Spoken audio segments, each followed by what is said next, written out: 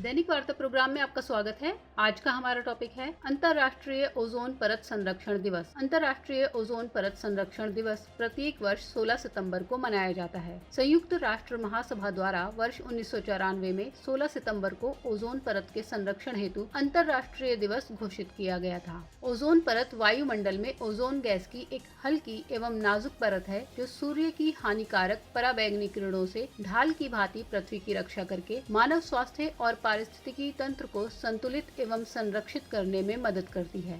आइए अब देखते हैं ओजोन क्षरण संबंधित कुछ तथ्य। एरोसोल और शीतलन में उपयोग की जाने वाली ओजोन क्षयकारी गैसें जैसे क्लोरोफ्लोरोकार्बन वायुमंडल को छिद्रित करके सूर्य से निकलने वाली पराबैंगनी किरणों को पृथ्वी तक पहुंचने के लिए अनुकूल मार्ग उपलब्ध कराकर पृथ्वी पर ग्लोबल वार्मिंग जैसी प्रक्रियाओं को बढ़ावा देती हैं। ओजोन क्षरण के लिए मुख्य तौर पर हेलोजन परमाणु फ्लोरीन, क्लोरीन, ब्रोमीन या आयोडीन उत्तरदायी है, जिसमें क्लोरीन और ब्रोमीन मुख्य हैं। क्लोरोफ्लोरोकार्बन यानी CFC के अलावा हाइड्रोक्लोरोफ्लोरोकार्बन यानी HCFC भी ओजोन क्षरण के लिए उत्तरदायी है। इन्हीं क्षयकारी गैसों क्लोरोफ्लोरोकार्बन की सांद्रता को वायुमंडल में सीमित करके ग्लोबल वार्मिंग एवं अन्य प्रक्रियाओं जो पृथ्वी पर स्वास्थ्य एवं पारिस्थितिकी तंत्र को प्रतिकूल रूप से प्रभावित करती हैं को रोकने हेतु वैश्विक स्तर पर मॉन्ट्रियल प्रोटोकॉल को प्रभाव में लाया गया। आइए अब जानते हैं मॉन्ट्रियल प्रोटोकॉल के बारे में। यह ओजोन परत को क्षीण करने वाले पदार्थों के संदर्भ में ओजोन परत के संरक्षण के लिए वियना सम्मेलन में पारित प्रोटोकॉल एक अंतर्राष्ट्रीय संधि है जो ओजोन परत को संरक्षित करने के लिए चरणबद्ध तरीके से उन पदार्थों का उत्सर्जन रोकने हेतु बनाई गई है जिन्हें ओजोन परत को क्षीण करने के लिए उत्तरदायी माना जाता है।